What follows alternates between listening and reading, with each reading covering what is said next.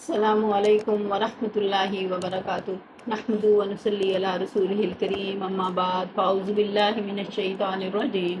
بسم اللہ الرحمن الرحیم رب اشرح لی صدری ویسر لی امری واحلل عقدۃ من لسانی یفقهوا قولی واجعل لی وزیرا من اہلی ربنا زدنا علما اللہم فقہنا فی الدین یا مقلب القلوب ثبت قلبی علی دینک یا مصرف القلوب صرف قلبی علی طاعتک اللہم الہمنی رشدی وعزنی من شر نفسی اللہم انی اسألک الہدی والتقی والعفاف والغنی رب اغفر وارحم وانت خیر الراحمین ربنا آتنا من لدنک رحمۃ وہیئ لنا من امرنا رشدا ربنا آتنا فی الدنیا حسنۃ وفی الآخرۃ حسنۃ وقنا عذاب النار فاطر السماوات والارض انت ولی فی الدنیا والآخرہ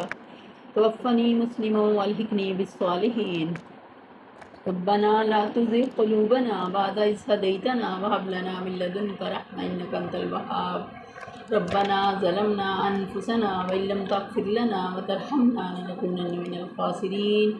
لا الہ الا انت سبحانک انی کنت من الظالمین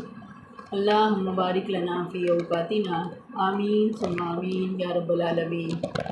چلیں آج کے لیسن کا آغاز کرتے ہیں۔ ہم نے پڑھا تھا آیت نمبر 228 تک، آج ہم شروع کریں گے 229 نمبر آیت۔ اعوذ باللہ من الشیطان الرجیم، میں پناہ مانگتی ہوں اللہ کی شیطان مردود سے۔ بسم اللہ الرحمن الرحیم، شروع اللہ کے نام سے جو بڑا مہربان نہایت رحم کرنے والا ہے۔ الطلاق مرتان فإمساك بمعروف أو تسريح بإحسان ولا يحل لكم أن تأخذوا مما آتيتموهن شيئا إلا أن يخافا ألا يقيما حدود الله فإن خفتم ألا يقيما حدود الله فلا جناح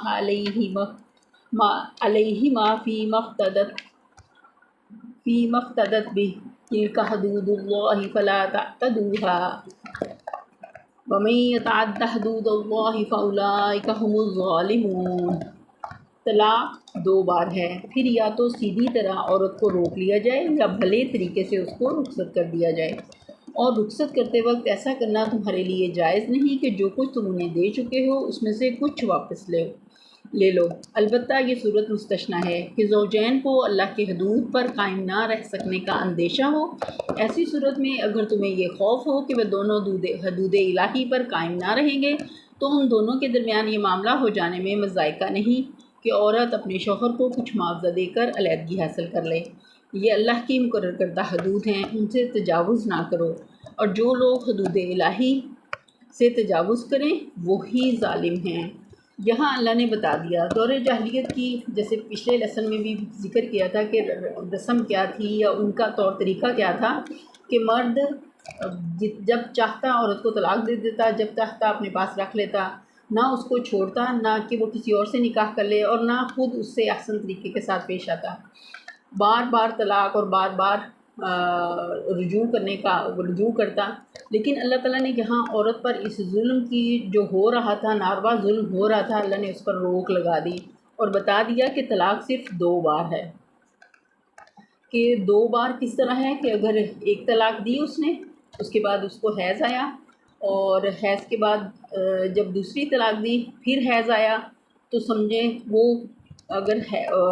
آپس میں ناچاکی ہو گئی ہے لیکن عورت ناپاکی کی حالت میں، تو بھی اس میں طلاق نہیں دی جائے گی۔ کہ اسلام نے جو ہمیں طریقہ سکھایا ہے وہ یہ ہے کہ طہر کے حالت میں، پاکیزگی کی حالت میں طلاق دی جائے، کیونکہ جو حیض کے دن ہوتے ہیں اس میں عورت اپنی بیماری سے زیادہ قریب ہوتی ہے بنسبت صحت کے۔ تو اللہ تعالیٰ نے جو احسن طریقہ ہمیں سکھایا ہے وہ یہی ہے کہ ایک مرتبہ میں ایک طلاق دی جائے، اور اس کے بعد پھر اس کی عدت ہے کہ وہ اس میں اگر رجوع کر لیتا ہے تو وہ ایک طلاق تو ثابت ہو گئی، لیکن اگر وہ رجوع کر لیتا ہے کہ عورت اسی گھر میں رہے گی اور اپنی پوری زیب و زینت کے ساتھ رہے گی تاکہ شوہر اس کی طرف مائل ہو۔ لیکن یہاں ہوتا کیا ہے کہ ایسا مطلب لا علمی اور جاہلیت ہے کہ مرد بھی اس بات پر وہ نہیں کرتے صبر کہ وہ ایک ہی دفعہ میں 3 بار جو طلاق دے دیتے ہیں۔ اللہ نے قرآن میں اس کو ظالم کہا ہے کہ ایسا نہیں کرنا چاہیے۔ کہ وہ وارد تو ہو جاتی ہے طلاقیں تینوں، لیکن اس طرح کرنا شریعت کے خلاف ہے۔ اللہ تعالیٰ نے جو حکم دیا ہے وہ یہ ہے کہ ایک دفعہ میں ایک طلاق دی جائے، اس کے بعد اگر وہ رجوع کر لے تو احسن طریقے سے پھر اس کے ساتھ بیوی کے ساتھ رہا جائے۔ ایسا نہ ہو کہ بعد بے بعد اس کو تانے دیے جائیں یا پھر مختلف طریقے سے اس کو ستایا جائے، ایسا نہیں کرنا چاہیے۔ اگر تمہارا دل اس سے اٹھ گیا ہے اور تم اس کو اپنی زندگی سے خارج کرنا چاہتے ہو، نکالنا چاہتے ہو، تو پھر احسن طریقے سے اس کے ساتھ معاملہ کرو۔ طلاق کے بعد وقت بھی اللہ تعالیٰ نے کیا کہا کہ ایک دوسرے کو کچھ نہ کچھ دے دلا کے احسن طریقے سے اس کام کو انجام دو۔ لیکن ہمارے ہاں کیا ہوتا ہے، اور یہاں پھر یہ اللہ نے بتا بھی دیا کہ اگر تم زمین بھر سونا بھی اس کو دے چکے ہو تو تم اس میں سے کچھ بھی واپس نہیں لے سکتے۔ حضرت عمر کے دور میں ایسا ہوتا تھا کہ جیسے مہر جو عورت کا مہر ہے وہ ایک اسٹیٹس سمبل بن گیا تھا، تو انہوں نے چاہا کہ میں جیسے اس کو مقرر کر دوں۔ تو ایک بوڑھی عورت کھڑی ہوئی اور اس نے کہا کہ اے عمر، اے خلیفہ، وقت کے خلیفہ تھے اس وقت، امیر المومنین تھے حضرت عمر، ان کو کہا کہ اللہ نے جب اس چیز کو مقرر نہیں کیا تو آپ اس کو کیوں مقرر کر سکتے ہیں؟ تو فوراً سے حضرت عمر نے رجوع کر لیا اور کہا کہ عمر نے غلطی کی، عمر سے خطا ہوئی، اور اس بوڑھی عورت نے مطلب صحیح اور حق بات کی اور انہوں نے اس پر عمل کیا۔ تو یہاں بھی اللہ تعالیٰ نے اسی چیز کو بتایا ہے کہ طلاق 2 بار ہے، یا تو سیدھی طرح عورت کو روک لیا جائے یا بھلے طریقے سے اس کو رخصت کر دیا جائے۔ پھر ایسے ہے کہ اگر میاں بیوی میں ایسے معاملات پیش آ رہے ہیں کہ وہ دونوں جیسے ان کو لگتا ہے کہ وہ اللہ کی حدود کو قائم نہیں رکھ سکیں گے یا ایک دوسرے سے زیادتی ہو جائے گی ان سے، جیسا ایک واقعہ نبی صلی اللہ علیہ وسلم کی زندگی میں پیش آیا تھا کہ ایک عورت نے نبی صلی اللہ علیہ وسلم کے پاس گئی اور اس کو کہا، ان سے کہا کہ اللہ کے رسول، مجھے ڈر ہے کہ میں اپنی حدود کو قائم نہیں رکھ سکوں گی، تو میں اپنے شوہر سے خلا چاہتی ہوں، علیحدگی چاہتی ہوں۔ تو حضرت نبی صلی اللہ علیہ وسلم نے اس وقت موقع پہ اس کو کہا کہ کیا تم اس بات پر راضی ہو کہ جو باغ تمہیں اس نے شوہر نے مہر میں دیا تھا وہ تم اس کو دے دو، کہ جیسے ایک طرح سے عورت کا طلاق کو خریدنا ہے۔ تو اس نے کہا ہاں، میں بخوشی اس بات پر راضی ہوں کہ میں باغ اس کو واپس کر دوں اور میں اس سے علیحدگی لے لوں۔ تو اس طرح نبی صلی اللہ علیہ وسلم نے پھر ان کے درمیان علیحدگی کروائی تھی۔ اگلی آیت ہے فَإِن طَلَّقَهَا فَلَا تَحِلُّ لَهُ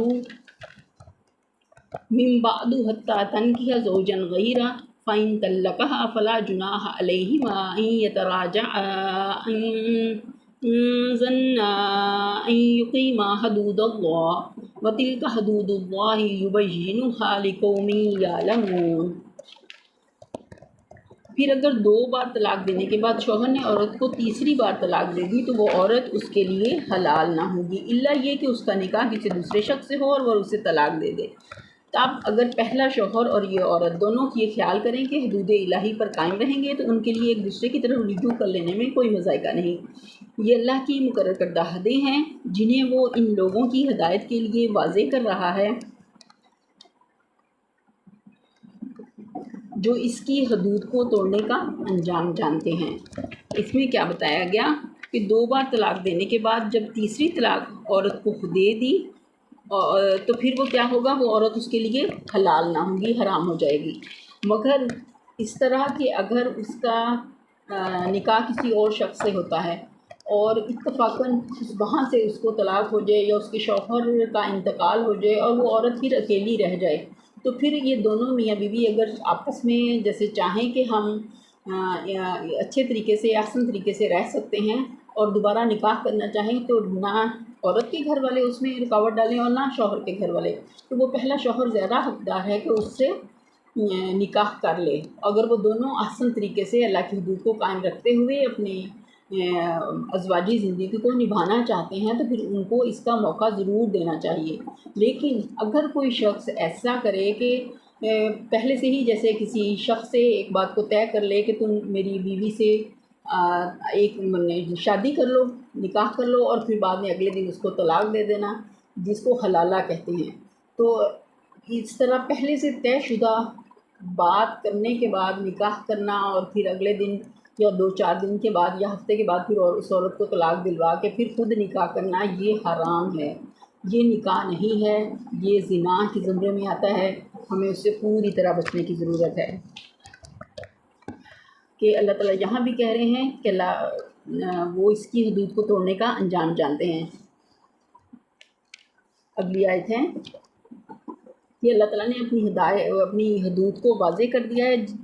اپنی ہدایت کے لیے، ان لوگوں کی ہدایت کے لیے واضح کر رہا ہے جو اس کی حدود کو توڑنے کا انجام جانتے ہیں۔ وَإِذَا طَلَّقْتُمُ النِّسَاءَ فَبَلَغْنَ أَجَلَهُنَّ فَأَمْسِكُوهُنَّ بِمَعْرُوفٍ أَوْ تَسَرِّحُوهُنَّ بِمَعْرُوفٍ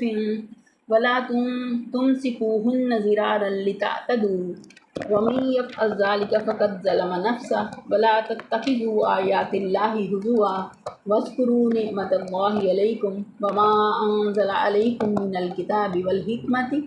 يَعِظُكُم بِهِ وَاتَّقُوا اللَّهَ وَاعْلَمُوا أَنَّ اللَّهَ بِكُلِّ شَيْءٍ عَلِيمٌ۔ اور جب تم عورتوں کو طلاق دو اور ان کی عدت پوری ہونے کو آ جائے تو یا تو بھلے طریقے سے انہیں روک لو یا بھلے طریقے سے رخصت کر دو، محض ستانے کی خاطر انہیں نہ روکے رکھنا کہ یہ زیادتی ہوگی، اور جو ایسا کرے گا وہ در حقیقت اپنے آپ پر ہی ظلم کرے گا۔ اللہ کی آیات کا کھیل نہ بناؤ،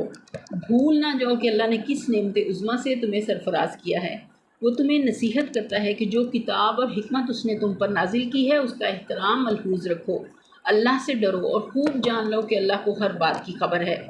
یعنی ایسا کرنا درست نہیں ہے کہ ایک شخص اپنی بیوی کو طلاق دے اور عدت گزرنے سے پہلے محض اس لیے رجوع کر لے کہ اسے پھر ستانے اور تکلیف دینے کا موقع ہاتھ آ جائے۔ اللہ تعالیٰ ہدایت فرماتا ہے کہ رجوع کرتے ہو تو اس نیت سے کرو کہ اب حسن سلوک سے رہنا ہے، ورنہ بہتر یہ ہے کہ شریفانہ طریقے سے رخصت کر دو۔ اگلی آیت ہے وَإِذَا طَلَّقْتُمُ النِّسَاءَ فَبَلَغْنَ أَجَلَهُنَّ فَلَا تَعْضُلُوهُنَّ أَن يَنكِحْنَ أَزْوَاجَهُنَّ إِذَا تَرَاضَوْا بَيْنَهُم بِالْمَعْرُوفِ ذَلِكَ يُوعَظُ بِهِ مَن كَانَ مِنكُمْ يُؤْمِنُ بِاللَّهِ وَالْيَوْمِ الْآخِرِ ذَلِكُمْ أَزْكَىٰ لَكُمْ وَأَطْهَرُ وَاللَّهُ يَعْلَمُ وَأَنتُمْ لَا تَعْلَمُونَ۔ اور جب تم اپنی عورتوں کو طلاق دے چکو اور وہ اپنی عدت پوری کر لیں تو پھر اس میں مانے نہ ہو کہ وہ اپنے زیر تجویز شوہروں سے نکاح کر لیں، جبکہ وہ معروف طریقے سے باہم مناکحت پر راضی ہوں۔ تمہیں نصیحت کی جاتی ہے کہ ایسی حرکت ہرگز نہ کرنا اگر تم اللہ اور روز آخر پر ایمان لانے والے ہو۔ تمہارے لیے شائستہ اور پاکیزہ طریقہ یہی ہے کہ اس سے باز رہو، اللہ جانتا ہے تم نہیں جانتے۔ اس میں اللہ تعالیٰ نے کیا بتایا کہ اگر کسی عورت کو اس کے شوہر نے طلاق دے دی ہو اور زمانہ عدت کے اندر اس سے رجوع نہ کیا ہو، پھر عدت گزر جانے کے بعد وہ دونوں آپس میں نکاح کرنے پر راضی ہوں تو عورت کے رشتہ داروں کو اور مرد کے رشتہ داروں کو اس میں رکاوٹ نہیں بننا چاہیے۔ لیکن اگر وہ عورت کسی دوسری جگہ اپنا نکاح کرنا چاہتی ہو تو سابق شوہر کو ایسی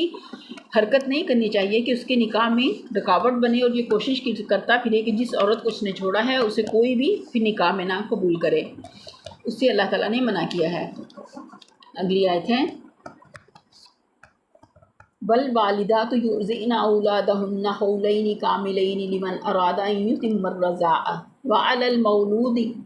لَهُ رِزْقُهُنَّ وَكِسْوَتُهُنَّ بِالْمَعْرُوفِ لَا تُكَلَّفُ نَفْسٌ إِلَّا وُسْعَهَا لَا تُضَارَ وَالِدَةٌ بِوَلَدِهَا وَلَا مَوْلُودٌ لَهُ بِوَلَدِهِ وَعَلَى الْوَارِثِ مِثْلُ ذَلِكَ فَإِنْ أَرَادَا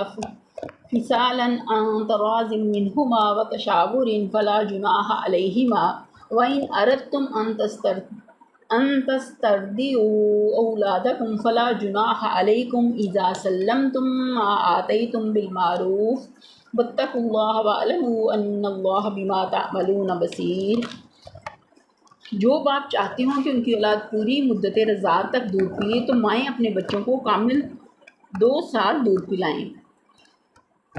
اس صورت میں بچے کے باپ کو معروف طریقے سے انہیں کھانا کپڑا دینا ہوگا، مگر کسی پر اس کی وسعت سے بڑھ کر بار نہ ڈالنا چاہیے۔ نہ تو ماں کو اس وجہ سے تکلیف میں ڈالا جائے کہ بچہ اس کا ہے، اور نہ ہی باپ کو اس وجہ سے تنگ کیا جائے کہ بچہ اس کا ہے۔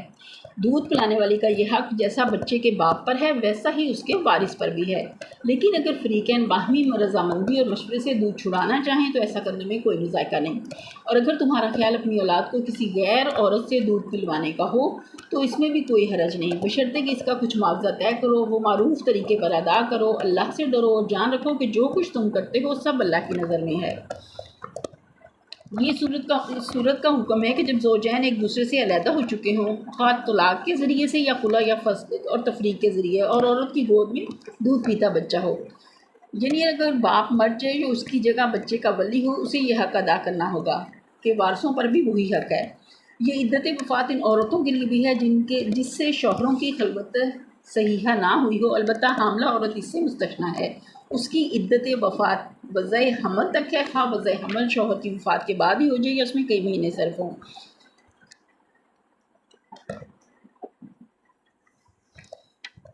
جی، عربوں میں جس طرح رواج تھا کہ دیہات سے عورتیں آتی تھیں اور وہ بچوں کو لے جاتی تھیں، وہ اپنی دوسری مطلب صحرا نوردی کرواتی تھیں اپنی بچوں کو، اور وہ ان کو پھر ایک ہدیہ اس کا فدیہ طے کر لیتے تھے اور بچوں کو اس کے حوالے کر دیتے تھے، جیسے نبی صلی اللہ علیہ وسلم کو بھی حلیمہ سعدیہ نے دودھ پلایا تھا۔ تو اسی طرح اگر وہ اس کی متعلق اللہ تعالیٰ نے وضاحت فرمائی ہے، اگر اس طرح کرنا چاہیں تو اس میں کوئی آر نہیں ہے، وہ ایسا کر سکتے ہیں۔ اور لیکن ہر حال میں اللہ تعالیٰ نے تقوی کا حکم دیا ہے کہ کچھ بھی کرو وہ معروف طریقے پر ادا کرو، اللہ سے ڈرو اور جان رکھو کہ جو کچھ تم کرتے ہو سب اللہ کی نظر میں ہے۔ اگلی آیت ہے والذین یتوفون منکم ویذرون ازواجا یتربصن بانفسہن اربعۃ اشہر وعشرا فاذا بلغن اجلہن فلا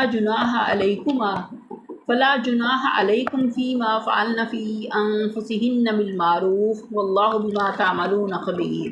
تم میں سے جو لوگ مر جائیں ان کے پیچھے اگر ان کی بیویاں زندہ ہوں تو وہ اپنے آپ کو 4 مہینے 10 دن روکے رکھیں، پھر جب ان کی عدت پوری ہو جائے تو انہیں اختیار ہے اپنی ذات کے معاملے میں معروف طریقے سے جو چاہیں کریں، تم پر اس کی کوئی ذمہ داری نہیں، اللہ تم سب کے اعمال سے باخبر ہے۔ یہ بیوہ کے لیے حکم ہے کہ جب اس کا شوہر فوت ہو جائے تو اس کی عدت کتنی ہے؟ 4 مہینے 10 دن۔ وہ اس گھر میں ہی رہے گی جس میں اس کے شوہر نے وفات پائی، اور زیب و زینت سے پرہیز کرے گی، اور اس میں یہ ہے کہ وہ اپنی ذات کے معاملے میں اگر کوئی بھی فیصلہ کرنا چاہے تو سسرال والوں کو اس میں رکاوٹ نہیں بننا چاہیے، کہ شوہر کے گھر والے جو ہیں وہ اس میں رکاوٹ نہیں بنے۔ جب اس کی عدت پوری جو ہو جائے اور وہ اگر کسی اور کے ساتھ نکاح کرنا چاہے تو وہ اس میں رکاوٹ نہ بنے، اس کو جیسا وہ چاہتی ہو اس کو کر لینے کا پورا اختیار ہے۔ اللہ تم سب کے اعمال سے باخبر ہے۔ یہاں بھی اللہ نے بتا دیا کہ جو کچھ تم عمل کرتے ہو اللہ اس سے باخبر ہے۔ اگلی آیت ہے فلا جناح علیکم فیما ارخصتم به من خطبۃ النساء او اکننتم فی انفسکم علم اللہ انکم ستذکرونہن ولکن لا تواعدوہن سرا الا ان تقولوا قولا معروفا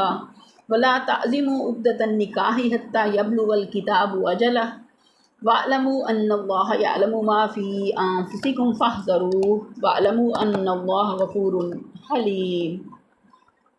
زمانۂ عدت میں خواہ تم ان بیوہ عورتوں کے ساتھ منگنی کا ارادہ اشارے کنائے میں ظاہر کر دو، خواہ دل میں چھپائے رکھو، دونوں صورتوں میں کوئی مذائقہ نہیں۔ اللہ جانتا ہے کہ ان کا خیال تو تمہارے دل میں آئے گا ہی، مگر دیکھو خفیہ عہد و پیمان نہ کرنا، کہ چھپی دوستی اللہ نے حرام کی ہے۔ اگر کوئی بات کرنی ہے تو معروف طریقے سے کرو، کہ جو عورت کے وارثین ہیں، جو اس کے ولی ہیں، ان کے ساتھ بات کی جائے۔ کوئی اگر شخص ان سے نکاح کا ارادہ رکھتا ہو تو عدت کے دنوں میں ان سے اپنی خواہش کا اظہار کر سکتا ہے، اس بات کے اللہ نے اجازت دی۔ اور عقد نکاح باندھنے کا فیصلہ اس وقت تک نہ کرو جب تک کہ عدت پوری نہ ہو جائے۔ عدت کے اندر ایسا کچھ نہیں ہو سکتا، عدت کے بعد نکاح جائز ہے۔ خوب سمجھ لو کہ اللہ تمہارے دلوں کا حال تک جانتا ہے، لہٰذا اس سے ڈرو۔ جہاں بھی اللہ نے تقویٰ کی بات کی، اور یہ بھی جان لو کہ اللہ بردبار ہے، چھوٹی چھوٹی باتوں سے درگزر فرماتا ہے، کہ انجانے میں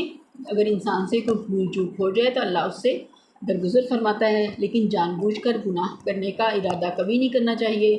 کہ جٹائی کے ساتھ اللہ کی نافرمانی کے کام کیے جائیں، ایسا بالکل بھی نہیں ہونا چاہیے۔ اللہ تعالیٰ ہمیں اس سے بچائے کہ ہم ہر حال میں اللہ کی اطاعت کرنے والے ہوں، اس کے بتائے ہوئے علم کے مطابق اپنی زندگیاں بسر کرنے والے ہوں، نبی صلی اللہ علیہ وسلم کے طریقے پر اپنی زندگیاں بسر کرنے والے ہوں، اور اللہ کی رضا چاہنے والے ہوں۔ ہم ہر حال میں اللہ جس طرح ہمیں اپنی اطاعت کا حکم دیتا ہے ہم اسی طرح اس کو احسن طریقے سے پورا کرنے والے ہوں، تاکہ اللہ ہم سے راضی ہو جائے۔ کہ باری تعالیٰ ہم دعا کرتے ہیں، دل سے دعا کرتے ہیں کہ اللہ تو ہم سے ایسے اعمال کروا لے جس سے تو راضی ہو جائے، اور ہم سے بھول سے کے بھی کوئی ایسا کام نہ ہو، بھول چوک میں بھی کوئی ایسا کام نہ ہو جو تیری ناراضگی کا سبب بنتا ہو۔ اے اللہ تو ہمیں اس سے بچا لینا۔ یہیں پر ہم اپنے لیسن کا اختتام کرتے ہیں۔ وآخر دعوانا ان الحمد للہ رب العالمین۔ سبحان ربک رب العزت عما یصفون وسلام علی المرسلین والحمد للہ رب العالمین۔ آمین ثم آمین یا رب العالمین۔